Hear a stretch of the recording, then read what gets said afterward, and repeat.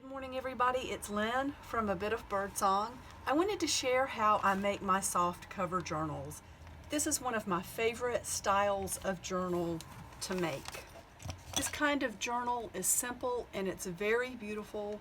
You can do one signature or you can do multiple signatures in this type of journal. This one, believe it or not, only has one, and it's a previous Christmas junk journal. It's absolutely beautiful, very chunky, a lot of space for journaling, and I really enjoyed this.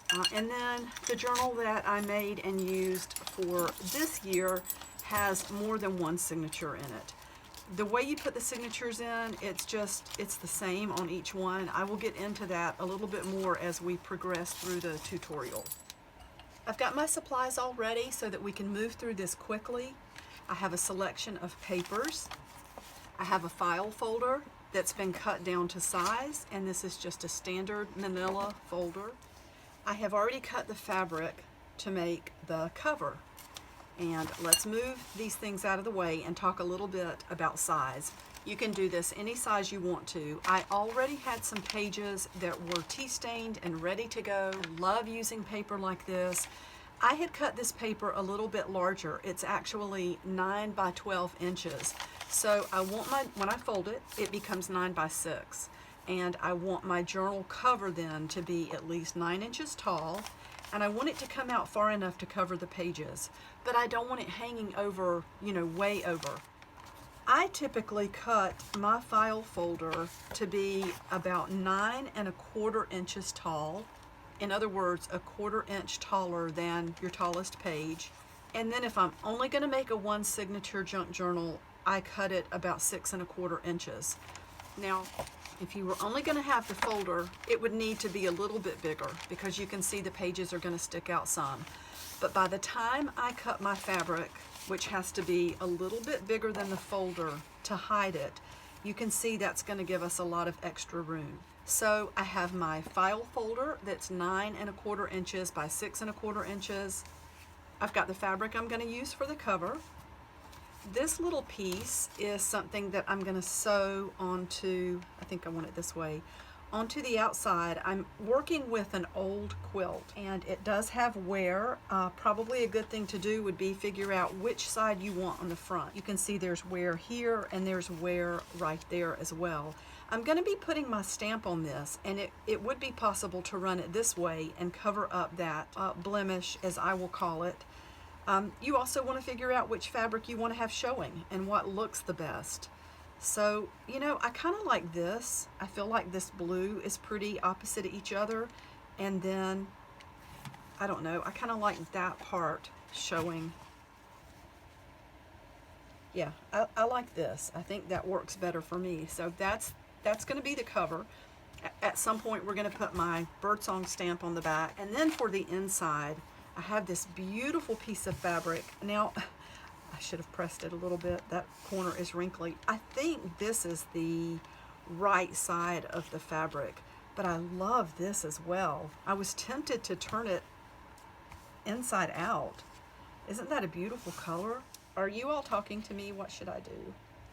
I think I want this side showing, and maybe this is the right side. That's one thing about these heavy upholstery fabrics. The first thing I'm going to do is put the inside on, and I will explain why. You're going to be stitching on each side of this, and the side you put down first is going to have the most stitching.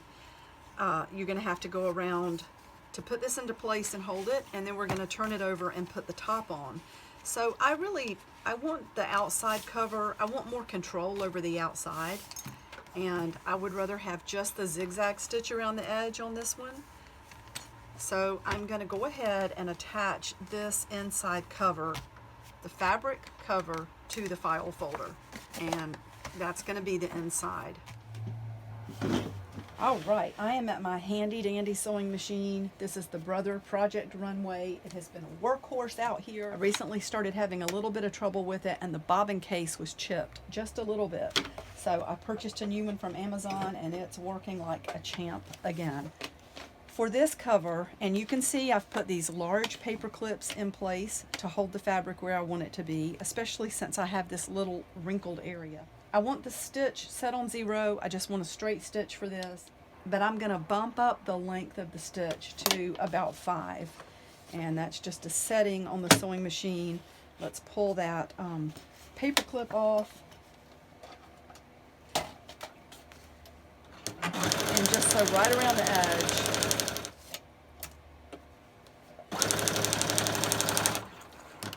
And this does not have to be perfect. This is a homemade journal.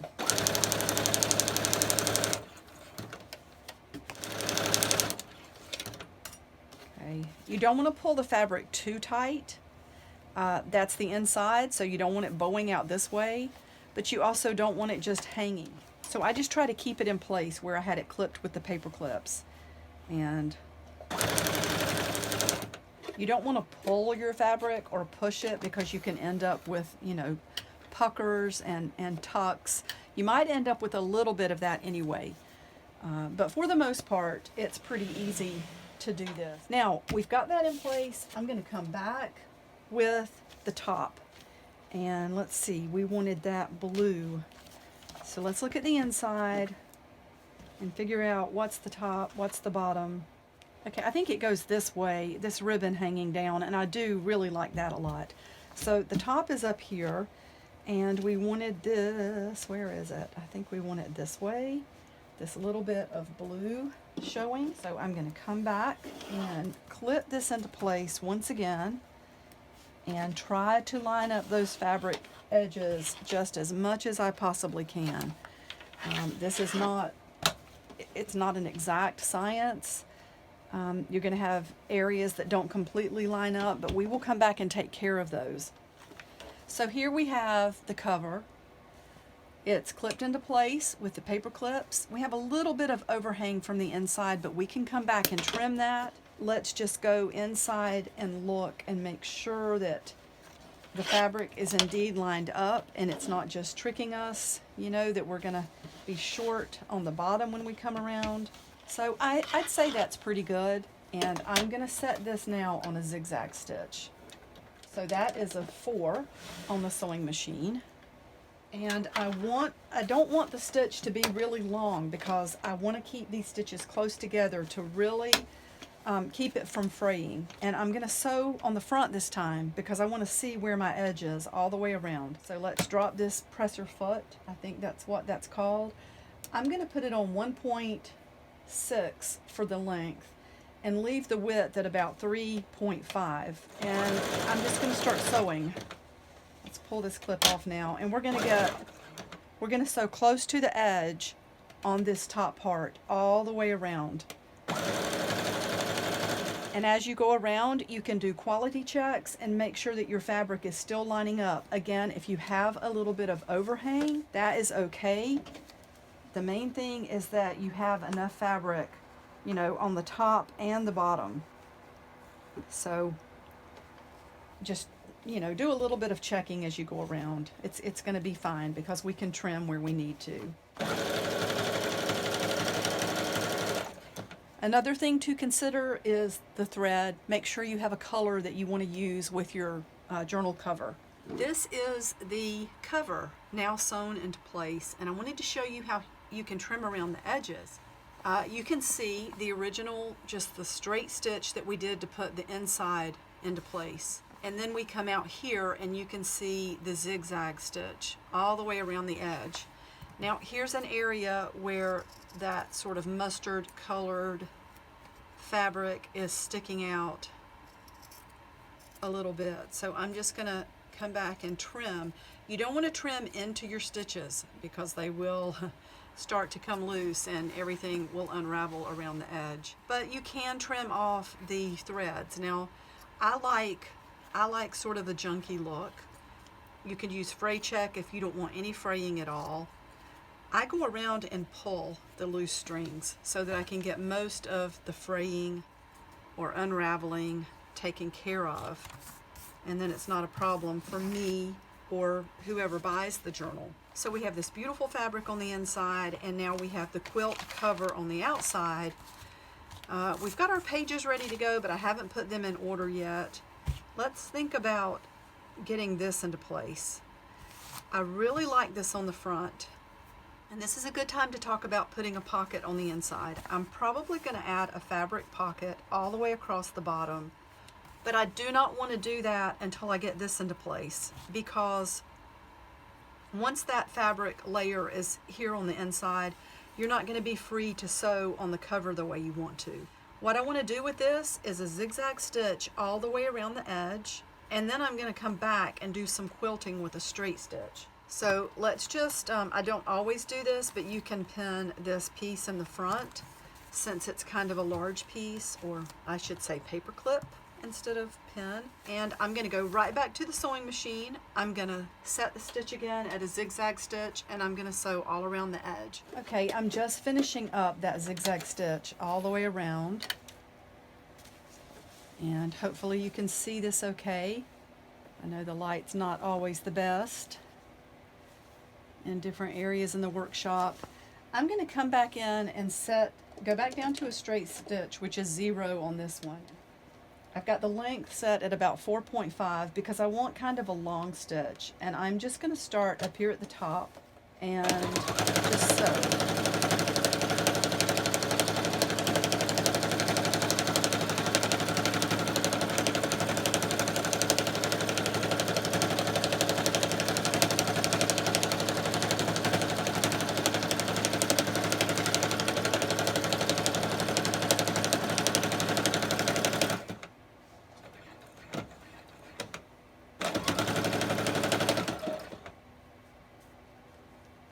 Okay, you can see I've worked myself into a space where I can't turn the journal underneath.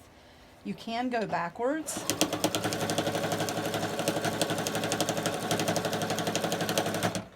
Not quite as easy to do that, but you can do it.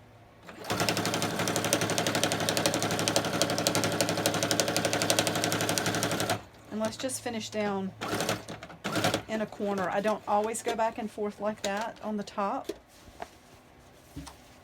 Okay, I'm going to turn this, just, fold it back in. Cut these strings if there are any. And think about anything else you want to do to, sewing before you put the pocket in. I'm going to do my stamp real quickly. I've sewn the pocket into place. I didn't think I needed to set up the camera for that part because it's basically just cutting a piece of fabric the height that you want it and long enough to go across the journal. Something I did want to show you, I usually cut mine just a little bit long. That just gives me a little bit of extra room to work with, and of course the folder, it has that fold in the center, and I don't know, I just feel like it gives me more control. I have tried to cut them exact before and cut a little bit too short. That doesn't happen much, but I don't know, I just kind of like doing it this way. And I could cut that even closer if I wanted to. That's going to unravel some. I also kind of like that look. But again, I work with mine, for a certain amount of time, just going through and pulling off the strings and trying to get most of that done before they ever ship out or before I start using them. Now, I will say, making pockets and tabs, I love this part of the journals because you get to use fabric that maybe is not big enough to do a whole cover. This came from a children's dress, a vintage little girl's dress, and I love that design. I think it's so pretty with the quilt. I love the colors. We've got the pink, the gold, the blue, everything's just so pretty together. The next thing, and this used to be the trickiest part for me, I was most intimidated by sewing a signature into a journal, but it's really not difficult. And you can see, let's see, looking at the size again, these pages are, they're kind of close to the edge, but they're not sticking out. And once we bind them in, it's going to be even tighter. Now I've got, I don't know, maybe, let's see, I've got 11 tea-stained pages here, and I've picked out just 4 or 5 pages to give the journal some color. And what do I want to put on the front? I might want one that's a little bit smaller when you just first open the journal. I kind of like that one. So let's put this one in the front. And then maybe every 2 or 3 pages, put a colorful page in, just to give this journal some personality. I do want to share one of the things I love to do. I used to take large pages and fold them, you know, so that they're sideways. And then I started taping them. So like I know that this is 12 inches across, my actual journal when it's open. So I took 2 art pages and cut them down side by side. They were both the same height. And then, you know, I kept cutting edges until I had them the way I wanted them, and I used the masking tape. I love these faces side by side. That's a totally different image. This is from a book of art by Rembrandt mostly, and I love Rembrandt, one of my favorite artists. So I'm gonna put that in here. There's a way to use scrapbooking paper to be able to use the whole image. If you put it in the very center of the book, we get to see the word and everything. Otherwise, the word's going to be cut off. So this is going to be in the center of my journal. I don't do a template usually for putting in journal pages, even multiple signatures. So I'm not going to get into that in this video. I do make sure I have the pages the way I want them. They're all right side up. Always check that. I've done that before. Go back and look and you've got a page upside down. Make sure they're in the order. If you have any pages that are a little bit shorter, make sure you have them centered if that's the way you want them, or you know, you can stack them and it's going to be a little bit lower. I like mine centered. And then make sure that it's right in that center fold. You can see I've got my hands holding the pages together. You can also clip the pages together if you want to. You know, bear in mind that might leave a mark on your pages. That's not too much of a big deal for a junk journal. And it looks like I missed that center page. So it's right in the center here. And the way I do mine, we're gonna pick a binding thread. I keep a bowl of just binding threads. I've got different awls. There's a really big sturdy one that I love. That one's vintage.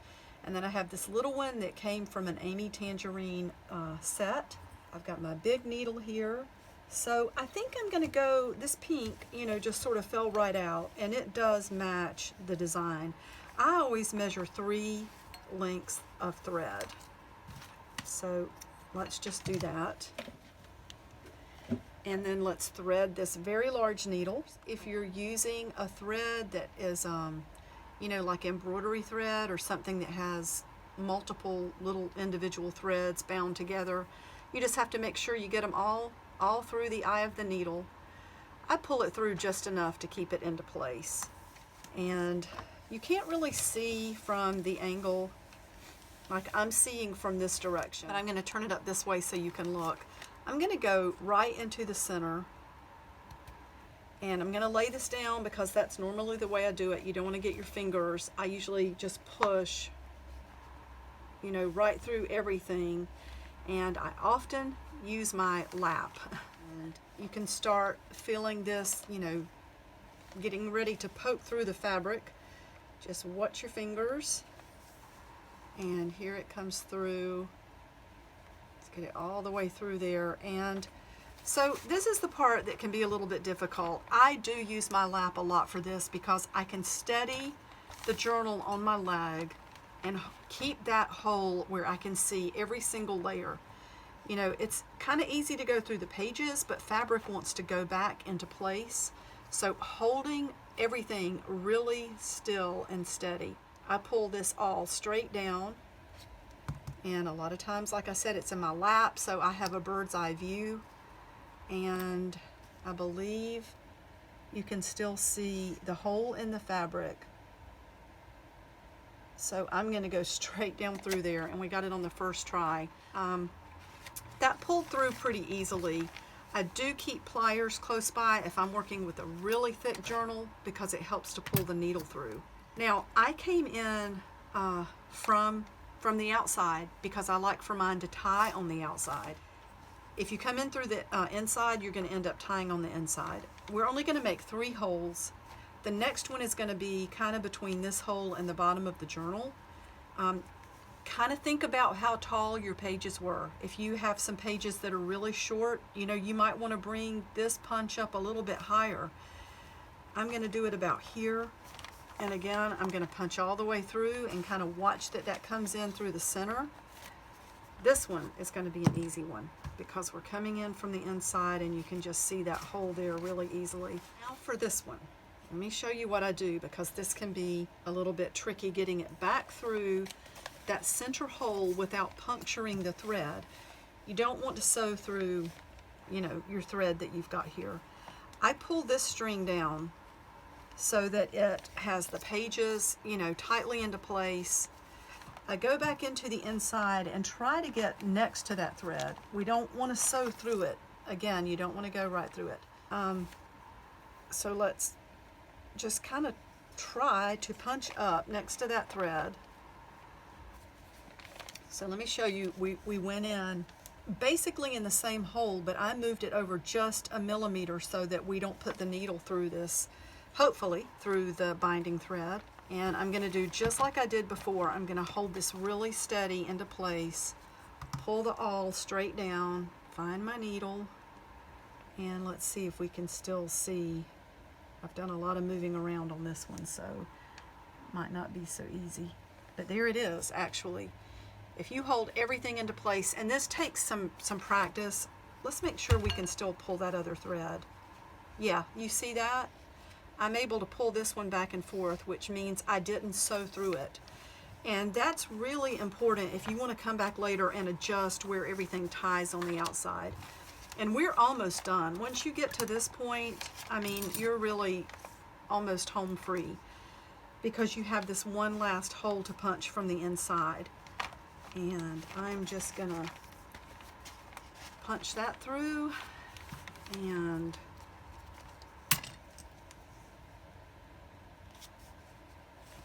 put that through there. And now we're ready to tie it on the outside, and we'll have our charms on the outside. So just lay that open.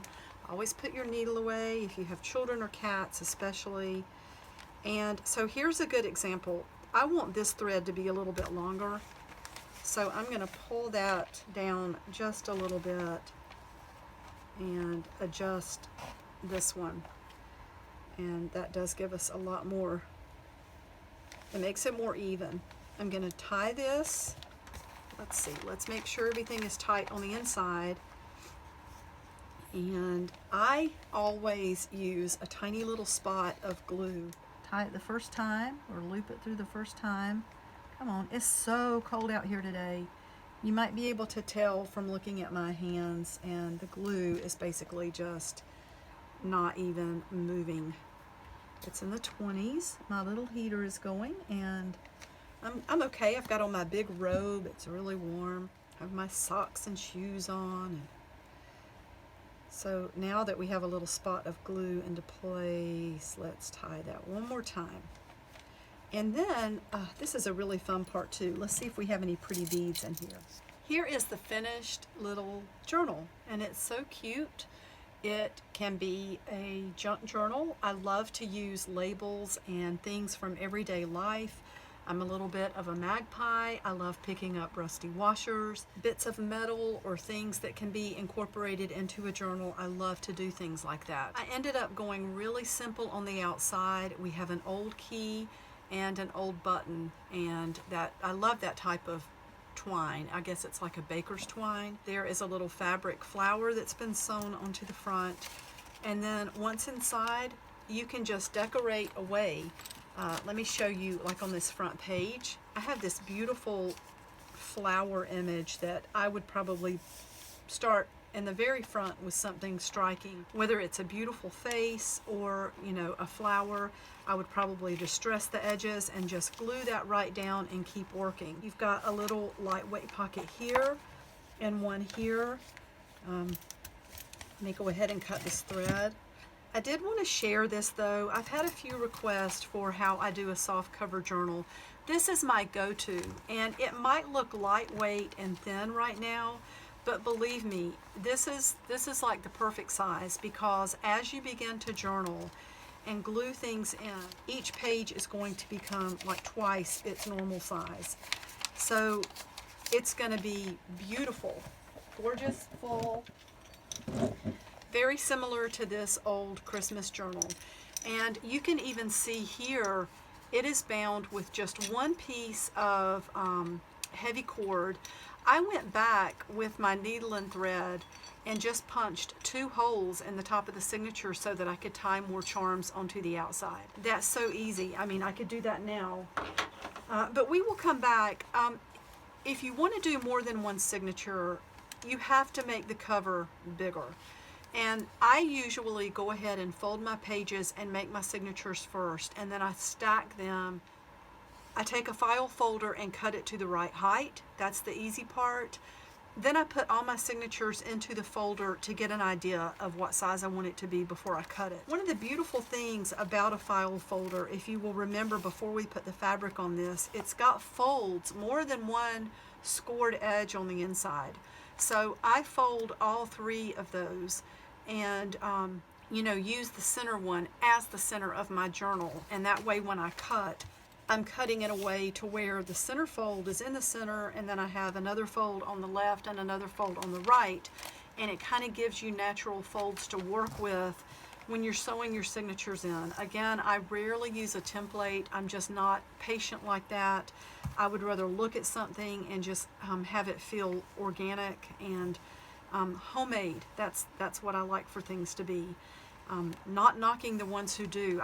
There are some gorgeous journals out there that I'm just in awe of, and wonderful techniques that I'm in awe of. So definitely not knocking that, but we all have different styles, and this is what works for me, and it's what I like working in. So I hope you enjoyed this. I hope this helps a little bit. If anybody's interested in this journal, just let me know, and I can put an invoice for you on PayPal. I'll have more information about this journal in the description. So I'm going to go inside. My feet are a little bit cold. It's in the 20s today. A little bit cold out here in Paper Town, but yeah, I'm going to go in and maybe get some hot chocolate or something. And I'll see you soon. Bye for now.